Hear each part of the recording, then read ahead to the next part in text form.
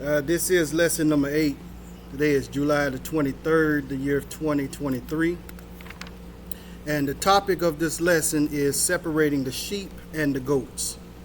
And again, this lesson text is Matthew the 25th chapter, the 31st down through the 46th, which is the rest of that chapter. Today's aim is to show that our spiritual condition is revealed by how we treat needy fellow believers we meet. The principle is to show that as Christians, we are accountable to God for the way in which we treat the needy among us. And the application is to urge believers to seek opportunities to help the needy. So pay attention to the aim. Today's aim is focusing on how we treat others. Amen. That, and in turn, see this chapter, it starts out talking about the 5 wise and the 5 foolish, and then it goes on talking about the 3 brothers. One was inherited 5 shares of his inheritance. One was given 2 shares of his inheritance, and one was given 1 share, or 3 shares of the inheritance, and one was given 1 share. And the one that gave the 5, they went out and they multiplied that 5 more times. And the one that was given 3, they went out and they multiplied what they was given 3 more times. And the one that was given that 1, because it was so little to him, he took that 1 and he buried it. Amen. And he hid it for himself. Didn't want to share it with nobody. And what happened in return was the one that had the 5, he came back to his father and said, "Look what I have done. I multiplied this." And he says, "Good job. You are in good graces with me, so come on in." And the one that did the 3, he came back and he said, "Look what I've done. I multiplied this." And says, "Good job." But that one that decided to hide his inheritance was a disgrace. He did not do as he was supposed to do with it. Because, anytime God gives you a blessing, your blessing is not meant to stay with you. When God blessed me with 10, he expects for me to give 10% away. It goes with our tithes. We learn how we deal with our tithes, which is 10% of, and I hope I'm not stepping on anybody's toes here, but people think 10% of your tithes means whatever you make, your weekly's earnings, your monthly earnings. No, 10% is everything in your life. That's 10% of everything that God has given you, which is your life, your health, your strength, your money, everything. Right. 10% of everything, because some people don't have the money to give. 10% of whatever you have is what God asks. He asks for 10% of your time back because he's given you all of your time. Amen. And that's all he asks for, is a little bit of your time. Before I get into this lesson, it's a little story, okay? And you can take out of this story whatever you want to take from it. But I know many of you probably already heard it. But the story goes about this man that was stuck on a rooftop during a flood. And the flood started rising and rising until it was almost over the house. And the only thing that was saving that man is that he was sitting on the rooftop. Mm-hmm. But mind you, the flood's still rising. And a rowboat comes by. Because this man is praying to God that God save him. A rowboat comes. Mm-hmm. And the man says, "Jump into this rowboat, for I will save you." Man says, "No, I'm praying to my God that he save me." Says, "Okay," and he leaves. Speedboat comes by. Mm-hmm. He says, "Jump into this boat, for I will save you." He says, "No, I'm praying to my God that my God will save me." A helicopter flies by, drops down a rope and says, "Climb up on this rope, I will save you." He says, "No, I'm praying to my God that he will save me." So, after all was said and done, the flood began to rise more. The man drowned, went to heaven. And he asked God when he got there, he says, "Well, Father, I've been praying that you come by and you save me." God says, "Well, I heard your prayer. I sent you a rowboat and you denied it. I sent you a speedboat and you denied it. I've also sent you a helicopter, and you've denied it. 3 times have you denied me. What was he looking for? See, many of us are not accepting our blessings because we're actually looking for God to bring it to us. And the thing about God is he don't work like that. Right. If you want to see God's face, this lesson here will tell you how to see God's face.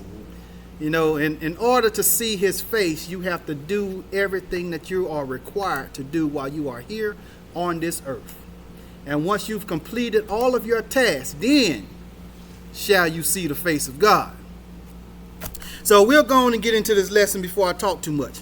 It says here, when the Son of Man shall come in his glory, and all the holy angels with him, then shall he sit upon the throne of his glory. All right. This very first verse, it says, the Son of Man. Why did they say the Son of Man? Who are they talking about? Okay, so if they're talking about Jesus, why didn't they just say the Son of God?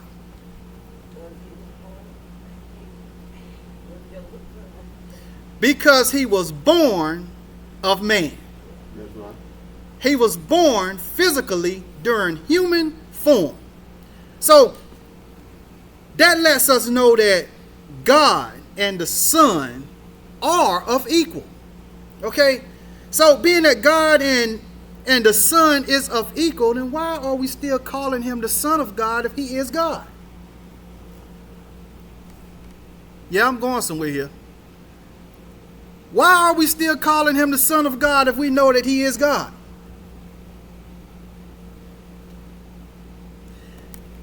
That's giving us our place. That lets us know where we belong. Because just as Jesus was born of man, so are we are born of man. And that we are, so is he. That he is, so are we. So we are just as he is. The reason we can't perform and do the same things that Jesus could do is because of that one little thing, faith. And this lesson here talks about what you need to do with your faith. You can have all the faith in the world, but faith without works is dead. You can believe that God will do anything that he can do for you, but if you don't do anything about it, you see no results. That's right. Because we are looking for God to do everything for us. Because we only have the faith. We don't want to do the work. But it says he's going to come with his angels, and he's going to sit on his throne. That lets us know his position. If the Son of Man is going to go and sit on his throne, that says that he is the king. Right. He is above us. And this lesson is talking to us about Judgment Day. What do we have to expect come Judgment Day? That's what this lesson is talking about. The end of time. So, what we do in our present now reflects on our future later. No, I'm not saying we need to start preparing ourselves for our future. We need to start living for the future that God had planned for us. That's right. No, because our future could mean we're planning on going to Florida, or we're planning on going to Jersey, or some other place. We're planning on doing certain things at a certain time. That's what we're planning. But see, our plans with God has already been mapped out. How we get there and the end results is the choices that we make. No, I mean, Deke was talking about that earlier. It's all about the choices that we make. And when you make these choices, the consequences is what we have to deal with. So we have to be able to deal with whatever consequences that comes along with the choices that we decide to make. It says, and before him shall be gathered all nations, and he shall separate them one from another, as the shepherd divideth his sheep from the goats. So at the end of time, you know how we was talking last week about the rich man and Lazarus. And we were talking about the rich man opened his eyes in hell and Lazarus went to paradise. Well, see, this is the thing. After you've done the things that you have done while you were here living on this earth, you're going to reap those benefits immediately. Okay, soon as you leave this earth, you are going to immediately reap the benefits of the life that you have lived. So if you've lived a devilish life, immediately after death, you're going to start reaping those benefits of that devilish life that you have lived. Yeah, right. Now, when it comes to the promised land, never said heaven. When it comes to the promised land, you are going to reap the benefits that you have lived. So you are going to sit and chill and have fun. And what it is you're going to have a meeting because they're going to prepare a feast in your honor. That's what we talked about last Sunday. They was there preparing a feast because when Abraham came and met the Lazarus, they went to a feast, a banquet in his honor. So what is going to happen immediately after you leave this earth is you are going to deal with whatever life you've lived immediately. Treat people well immediately. You are going in paradise and you are going to sit there until judgment day. So you're going to have fun until judgment day. Or you're going to be in torments until judgment day. Yeah, they're in torments. They haven't been judged yet, but they are on the road to whatever they want to call success. They are on their path. So they already know where they're headed. The problem is, just like when you go to paradise, heaven is far greater than that. So when they're sitting in torments, hell is far greater than that. You know, so they are automatically going to go ahead on and reap the benefits that they have put out during their life. So here they're telling us about what's going to happen. They're going to gather all the nations together. So when they're talking about nations, they're talking about people. Saying they're going to gather everybody together, whether you was good or bad. They're going to put you all together to be judged. And they want to try to classify us as sheep and goats. One of the most difficult animals there are to tell the difference between, unless you really, really know your animals. Okay, if you don't know, see, sometimes you can look at a sheep and a goat and they look just alike. Some people say, well, sheep has a whole lot of wool on them. Well, goats do too. People shave goats too. Well, goats have horns. Sheep do too. You can't tell the difference from a sheep and a goat unless you know your animal. So let me let you understand how you can tell the difference. Okay, goats, when they have horns, they have straight horns and they stick straight up. Sheep, there's curls. Okay, goats, their tails point straight up. Sheep's tails go down. So what it is the goats, they classify us as being goats and sheep because that's how we are. Sheeps are humble. Goats are hard-headed. And see, the reason they have to separate them is because during the day they graze together. But if they let them remain together all day and all night long, when the shepherd gets up in the morning, things are going to be a complete mess. Right. And they need to have division. So you can't have the bad mingling with the good all day long because sooner or later, something is going to go wrong. So they have to separate the good from the bad. And when they separate the good from the bad, you know how easy that is for God to judge when we get to judgment day and he says, okay, all my sheep go over here and all my goat go over here. So everybody on this side, y'all just keep on walking. That's how easy that is. Everybody on this side, just keep on walking. Yeah.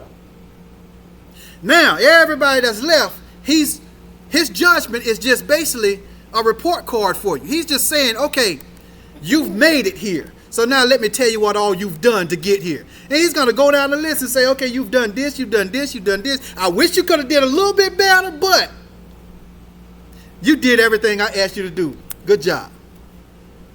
Now that's the line I want to be in. Amen.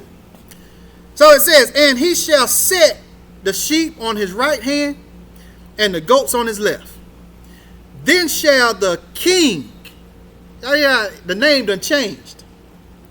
See, and the reason they started out by saying the Son of Man is to let us know that we are in the same position that Jesus was in. We are in the same position. We are of royalty.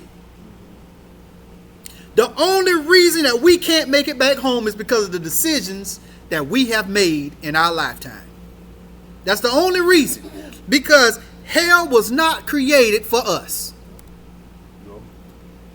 But God will make room if you want to go. Yeah. Then shall the king say unto them on his right hand, come ye blessed of my Father, inherit the kingdom prepared for you from the foundation of the world. So, when we think of an inheritance, we only say, well, he was inherited that because his daddy had this and his mama had this or his granddaddy had this. So when we're looking at inheritance, it's because we are in the family. So if God is going to give us an inheritance, then that means that he looks at us as being his children. That's right. So we are of royalty. We are the princes and the princesses, which is going to grow up to be good kings and queens. That's who we are. You can either live the life that you've been dealt, or you can back up and say, you know what, that's not who I am, and decide to go someplace else. Well, guess what? The devil is also called a prince. Right. You can go down there with him and live in his royalty if you want to. But see, he got to work to stay down there. He's running to find comfort. Comfort is already there for us. If we want to go to heaven, comfort is already there. All we got to do is get there. And to get there is not that difficult. The only thing you have to do to get there is love each and every person and everything that you run across. That's it. That's the only thing you have to do to make it. Love. That's what this lesson is talking about if you hadn't noticed yet. This lesson is talking about love. Yep. All right. It says here, for I was out and was and hungered, and ye gave me meat. I was thirsty, and you gave me drink. I was a stranger, and ye took me in. Naked, and ye clothed me. I was sick, and ye visited me. I was in prison, and ye came unto me. We got to mind how we treat people, in other words, because you never know who you're running into. That's right. See, many of us, just like that story I told y'all before, how the man was looking for God to come and save him. Many of us are actually looking for God. But see, the problem with looking for God is nobody knows what God looks like. How can you be looking for something and you don't know what it looks like? Hey, can you help me find my ring? You will go out there and you will pick up 6 rings and none of them belong to the person that you're trying to help. Because you don't know what you're looking for. You know it's a ring. But what are you looking for? So why are we looking for God to do certain things for us? And why are we looking for God himself if we don't know what God looks like? So we need to start treating everybody with the same kindness and respect, because you never know. That's right. And see, that's what happened here. These people half knew and half didn't know. And see, if you don't know, then the way you understand is to treat everybody with the same kindness and respect. That's right. I don't know what God looks like. Nope. So because I don't know what God looks like, I'm going to treat everybody as if that's God approaching me.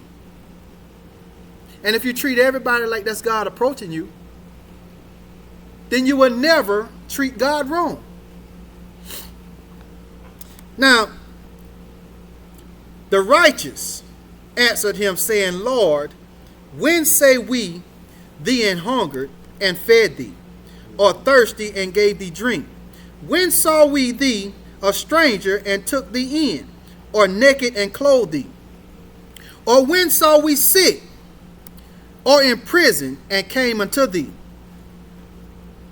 And the king answered and say unto them, Verily I say unto you, inasmuch as you have done it unto one of the least of these, my brethren, you have done it unto me. That's right. And that's because God lives in each and every one of us. That's right. Amen. So if I mistreat you, I've mistreated God. That's right. Just as they said about the commandments, if you have broken one law, you've broken them all. All of them. So if I can't love Deacon Wade, then I might as well stop loving everybody else. Amen. That's it. Because I haven't done anything but made everybody else think that I was a good person. That's right. But Deacon Wade think I'm the devil. Because I mistreated him. But everybody else is looking around just like parents look at their kids and say, my child would not do no such a thing. I know my child won't go out there and do that. I know they won't go and do this. I've raised my child better than that. You see that? The only thing about that is you know what your child will do in your present. That's it. Well, out there you can't. You ain't got a clue what they're going to do when you turn your back. That's right. So, if everybody else is looking at me and saying, well, I know Deacon Davis ain't that bad because he treats me well, so Deacon Wade got to be telling the story. Well, Deacon Wade telling the truth. Yeah. Deacon Wade telling the truth, y'all telling the truth. Everybody is telling the truth except the person y'all talking about. I'm living a lie. I'm not doing what I should have been doing. I'm treating everybody okay except Deke. Why? Maybe Deke said something to me 30 years ago and I'm still hating him for it. That's why we don't live in the past. We live in the now. We live in the present. We don't worry about what happened yesterday. See, Deke, I love Deke. I love everybody in this church. Those people out there in the streets that say they hate me, why do they hate me? What have I done to them? Or what has somebody else said to them? And see, these are the things that we're running into. We got other people running your life outside of your home. We got to stay on path. We got to treat everybody with the same kindness and respect that we. Let me scratch that. I was about to say that we want to be treated the same way. But see, some people don't even like themselves. Okay, so I can't even say that. Some people don't like themselves. So if they're going to treat you the same way that they'll want to be treated and they're treating you bad, then that's just how they want to be treated. Some people don't love themselves. That's right. But see, those that love themselves, you're supposed to treat people with that type of respect. That's right. I don't understand why people don't like themselves, but that's between them and God. Amen. But now it says here, and the king shall answer and say unto them, Verily I say unto you, inasmuch as ye have done it unto one of the least of these my brethren, ye have done it unto me. Then shall he say also unto them on the left hand. Now, these are the goats. These are the bad acting kids and these people that think they can do what they want to do and get away with it. That's what these people are. So those that don't want to do what God says do is who we talking about. It says, For then shall he say also unto them on his left hand, Depart from me, ye cursed, into everlasting fire, prepared for the devil and his angels. That's right. Was not prepared for us. Nope. God had no intentions for any of us to go down in hell's fire.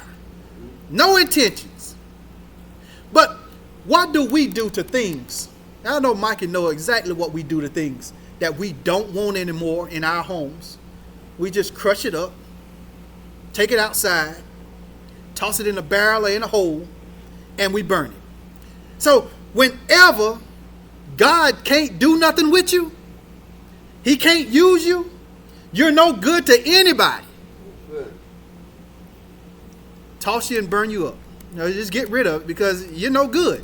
The only thing that you're good for is fire. See, and you're not even good enough to go to the landfill where they dump all the trash. You're not even good enough for that. See, because back in the day, we used to love the landfill. We used to go to the landfill and find things that people didn't want anymore, but it was good. Just because they didn't want it. But see, one man's trash is another man's treasure.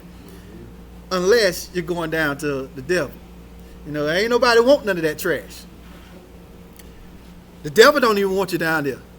See, the devil was comfortable by himself. Him and those fallen angels, he was comfortable by himself with those angels. That was it. And then every time somebody goes down there, whenever God says, you know what, you're not good enough for here, you go down there, the devil gets mad. You know that, right? He gets upset because it was barely enough of room for him. And now you got one more. And then now there's another one. And now there's another one. So, like I said, I'm going to heaven. So, if y'all want to keep going down there, fine. I don't want you to. But it's just more room for me up there. So, if you want to live like I'm going to live, you need to start living the way God wants you to live, which is treating everybody with that kindness and respect. If I'm side the road and I need some help, and you have the ability to help me, Yeah. why are you going to pass me by? That's right. Yeah, or blow the horn. You bump, man. Bump, keep on going. You see my hood up, car smoking, and you're going to Yeah. blow the horn and wave and keep on going. You see the problem. You can help, but you choose not to because many people don't want to get involved or mixed up into whatever is going to come out of your problem. See, because if we already have plans for doing certain things, let's say 6 o'clock we're supposed to be going to a birthday party. 5:45 or a quarter till for those that's trying to learn how to tell time. Or for quarter till, you pass by me and you see me stuck side the road, you look at the time and say, well, if I stop, I ain't going to make it. That's because our minds are focused on that party. And if we stop, we're not going to make that party. Mm-hmm. But see, this is what happens though. If you stop and you help, God's going to bless you tenfold, which is going to be far better than that party. Maybe the party won't even happen. Maybe they change the party to another date. Or maybe they're going to bring the party to you another day. I don't know what it's going to be, but it's going to be far better than whatever you was on your way for. Because that's how God operates. God is not going to take anything away from you if he's not planning on giving you something else. But many of us look at the things that we lose as a problem. We look at it as a bad situation. We look at it like the devil is getting in our way, but the devil ain't did nothing. See, God did not give the devil any power to do anything to us that we don't allow. If it's happening to us, it's because we did it. Not because the devil did it. The devil can't do anything to us that we don't allow him to do. So if it's happening to us and the devil did it, it's because we allowed the devil to come in and do it. Stop giving the devil credit for something that we did ourselves. Amen. See, God here, he's telling these people, see, they don't understand why they went to hell. They don't understand why they went to hell. I'm trying to find a way so I can explain it in today's terms. Because many of us gets involved into things and we don't understand why this is happening to us. Why? Well, why did I go to jail? I didn't do anything wrong. I was just there. Being there is enough. Yeah. I was just standing around while they was punching that boy in the face. What did you do about it? As far as that dude know that was getting punched in the face, you did it too. Because he ain't seen nothing but fists coming. He saw your face and fists coming. He don't know where the fist came from. So being in a certain situation, being in a certain problem, being in a certain area, puts you in certain things because you was there. You don't have to be involved, but what did you do about it? That's the real question. What did you do about it? Did you do anything to avoid it? Did you do anything to help? You seen me stuck side of the road. Did you try to help me out? You know, my truck was broke down yesterday. And people out of nowhere just came. I thought that I had to call people.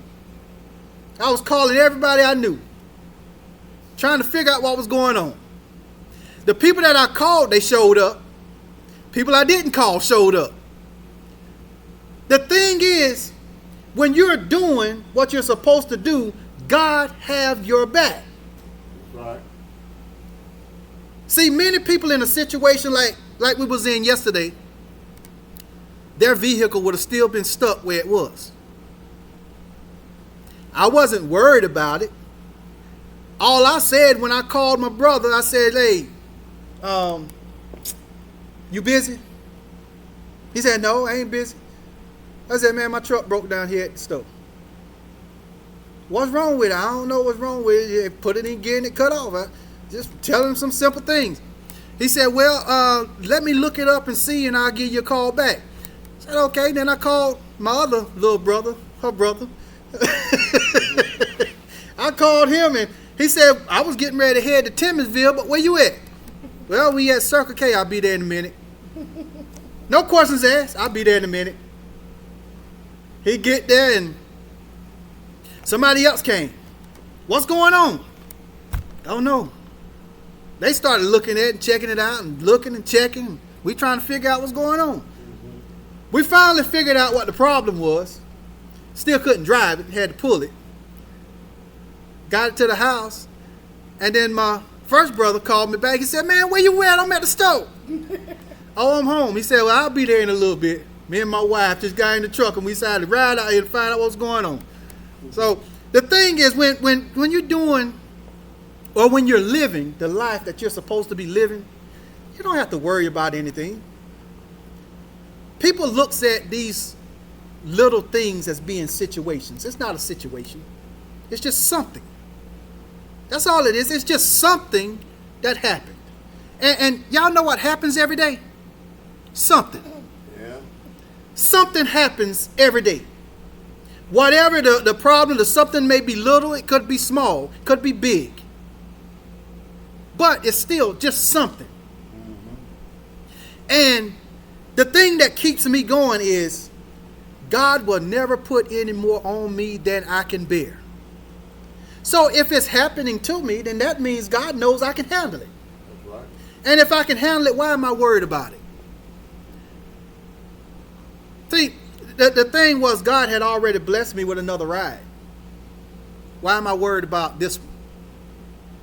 Chalk it up, get it back to the house, and figure it out later. Because he would never leave you stranded, as we do our fellow brothers and sisters. We leave each other stranded on a day-to-day basis. People need our help. We don't want to help. Neighbors, we don't even know their names. Y'all know that never flew back in the day. There has never been a time back in the day that you had somebody living directly beside you or right across the street from you and you didn't know who they was. It happens today. That's because it's happening today. Didn't happen back in the day. But it happens today. If you don't know who your neighbors are, there's a problem. And see, the only time when you shouldn't be able to pass from here to there is when you're in heaven and hell. That's the only time when there should be nobody passing, and that's between heaven and hell, not across the street or on the other side of your yard line. Your neighbors come outside and look you in your face, and the only thing you can do is stare back at them. That shouldn't happen. They don't speak back. Yeah, see, what you said was, when you speak, they don't speak back. You did your part. That's right. As long as you are doing what you're supposed to be doing, that's enough for God. Yeah. God don't worry about what other people do back to you in return. If we continue to live our life based on how other people treat us, do unto others as I would like for them to do to me. But if we continue to treat people the way they treat us, how are we living by that law? We cannot be living by that law if we're only doing good things to them because they've done good things to us. Well, they lent me there, so I'm going to lend them mine. They helped me out, so I'm going to help them out. They never come over here, so I'm never going over there. How do you know that they don't want you over there if you've never went? You didn't go because they didn't come. They could be saying the same thing you're saying. Well, they didn't come because I didn't go over there because they didn't come over here. Somebody's got to break that curse. Back in the day, they used to ask for some of the littlest, smallest things in the world. You got sugar. You got some salt. You got some butter. You got ketchup. Nowadays, somebody come, there's a store down the street. Because that's the life that we're living now. We're not living like God intended for us to live. And God explained it to him. He says, for when I was hungry, you gave me no meat. I was thirsty and you gave me no drink. I was a stranger and you took me not in. Naked and ye clothed me not. Sick and in prison and ye visit me not. And they don't understand how this happened. But check this out. You know how many times people are unclothed and we can clothe them and we don't? Y'all don't understand, do you? We do it every day. How often do you look in your closet and say, well, I ain't wearing this no more. That go in the trash. I don't need these shoes no more. That go in the trash. Or a better one. I know you think you're doing good by it. Load up everything you don't want. Take it down to the clothing closet, thrift store. But guess what happens at the thrift stores and the clothing closet? They look through these bags and they say, well, this is no good. They throw this in the trash. They take this, I'm going to have to wash that, throw that in the trash. And then what they keep, they put a price on it. How is that helping those that can't get for themselves? The only thing that that's doing is those that have money is showing them how they can keep more money by not spending as much money on clothes. For those people to actually benefit from these things that you have, it's our job to give freely. See, God is talking about how we treat the needy. If you read back through this lesson, it says the needy. Yeah. The believers that are needy. The needy believers. That's what we're talking about. Those people that need and they trusting in God. See, God have it out there for them. Sometimes God works through us. That's why I say you never know who you're about to pass. God works through everybody. So you got a fellow brother or sister out there. No, I'm not talking about somebody that was just birthed from your mama and daddy. Anybody. Because we are all brothers and sisters. So anybody that is in need, it is our job to help. Amen. We got eyes for a reason. Not to judge, but to look. See what's going on. You walk around and, no, I ain't saying nothing wrong, Dick. You look and you say, well, Dick needs some more clothes. Yeah, I think I got something that might fit him. It's your job to go and get what you got Give it to them. Right. Now, the type of person that Deke is, he might say, well, what do I owe you for this? Your response should be nothing. It's paid forward. Anything that we do should be paid forward. Shouldn't be looking for anything. Everything is paid forward. You don't know what paid forward means. It's already paid for. Right. And it's paid for because you're standing here. God has already delivered you this far. And because God has delivered you this far and you're living the life that you are living today, that means that God has already given you everything and equipped you with everything that you need in life. So you should be able to do the same thing for them. But they says, then shall they also answer him, saying, Lord, when saw we thee in hunger, and or thirst, or stranger, or naked, or sick, or in prison, and did not minister unto thee? When did we do these things? I don't remember treating you bad. Because you're trying to find Jesus. You're trying to find God. You're looking for somebody, but you don't know what they look for. It's like a blind date. Somebody setting you up, says, hey, I'm sitting here waiting on you to come over here, and you're waiting on them. You're looking for them. They're sitting right beside you, and you don't know who they are because you don't know what they look like. The type of people that we associate ourselves with are godly people. They might not believe in the same thing that you believe in. But let me tell you, everybody believes that there is a God. Mm-hmm. Everybody don't believe that their God is your God, but everybody believes that there is a God. Because God did not create any dumbfounded people. And what I mean by that is not calling anybody dumb. I'm just saying that God did not create anybody that don't understand reality. You know that you're walking around here on this earth. How? God created us with the understanding to know that there has got to be a reason that we are walking around on this earth. How? Because we know and we believe that there is a God. There is some way that we are doing these things. We know that. Many of us just don't treat people well.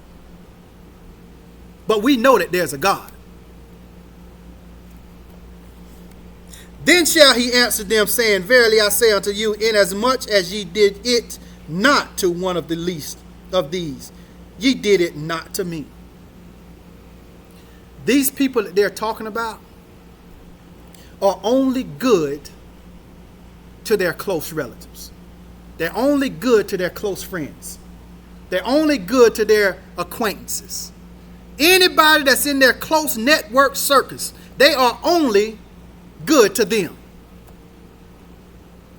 Those people that pass them on the streets, they look the other way. They don't want anything to do with them. They're only bumming $2 because they're trying to get crack. They're trying to get something to drink. They're trying to get some weed. They're trying to go and do something else. They're not trying to do what they say they're going to do with it. See, what did I say last week? Don't assume anything. Assumptions get you nowhere. See, you're not helping people because you're assuming the worst. You don't want to give them that $1 or $2 because in your mind, what could you possibly get with $2? I'm going to the store with $1. What could you possibly buy for $1? See, we're looking at these things and we say, well, no, it ain't like that. All they doing is getting rich off people. They can go out there and work. It ain't that easy for everybody. It's easy for some, but it ain't that easy for everybody. Some people can't, and it's because of their situations. Everybody have a situation. Some people just can't. And some people are out there begging and borrowing because they have no other choice. A lot of people is doing these things and deep down inside they hate to do it. But they can't help it.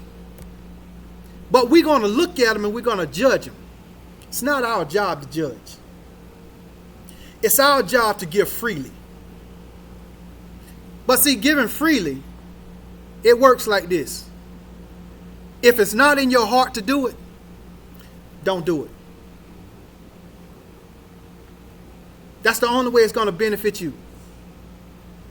If you give and you don't want to give, that don't mean nothing to God.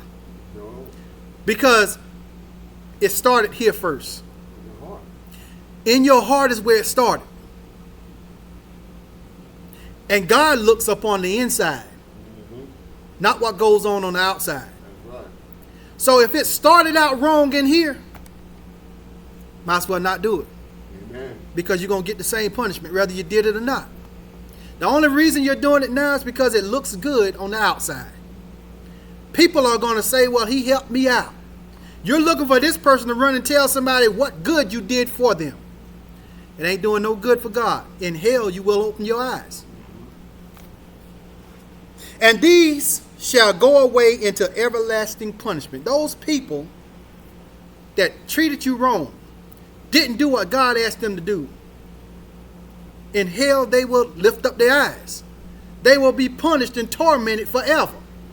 Everlasting punishment means forever. That means after judgment time, we're talking about judgment right here. After they are judged, they are going to be tormented forever. Yep. Now they thought that the rich man thought that tormenting was bad when he lifted up his eyes. That ain't even judgment. He was crying to get out of there. That ain't even judgment. He hadn't even been judged yet. He was put on trial for the things that he has done. This is a holding cell. That's all this is. It's a holding cell. While everybody that went to paradise is sitting in a waiting room. And he hating it. After judgment, it's going to get worse. But the righteous into life eternal. Those that did everything that God asked them to do, treated everybody with kindness and respect, gave when they needed to give, held back when they needed to hold back, pulled your hand when they needed to pull, pushed your back when they needed to push. Those people that did these things, they going to heaven. They are going to see God. I love my mother, but I can care less about seeing her when I get there. I hope she make it. But we going to see God. And based on everything I know about my mother, I know she's going to see God. But see, that's based on everything that I know about my mother. Right. Just like I said before, every parent thinks that their child is out there doing everything that they think that they will do. They don't know that they're doing anything out there that they don't think that they won't do. Because kids are unpredictable. Just like when God created man, man became unpredictable. God knew what he wanted us to be. He knew how he wanted us to act. But this sinful world made us unpredictable. Yeah. No telling what we was going to do. That's why God started erasing, trying to make new. That went bad. He erased, tried to make new. That went bad. He erased. It came down to the point to when Moses said, God, don't take them all, because God was about to destroy everybody. He was about to take all mankind out of the equation. Mm-hmm. Moses said, no, God, don't do that, because then you'll be going back against your word. You promised them something. It ain't everybody. Now, that's how we say now. It ain't everybody. It's some of us. Some of them is doing wrong. Not everybody. Don't punish them all. Y'all know how I was raised. If you're with the crowd that messed up, you get a beating too. Amen. That's how God did. But Moses said it ain't everybody. But how things are going now, God says, well, you know, I'm just going to keep track. I'm going to keep tally. Those that did what I asked them to do with no spot or wrinkle, I'm going to bring them in. Everybody else, In hell they will lift up their eyes. Amen. But just know this, everybody's not going to die. It's speaking in the Bible. Everybody is not going to die. God is just going to come back. And however you have been living, it's what's going to happen. You're going to be wide awake when your judgment comes. If I'm still here, I'm going to be smiling. I ain't going to be crying. I'm going to tell you that because I'm living the way I'm supposed to be living. At least I think I am. If I'm doing something wrong, God, I hope you change it.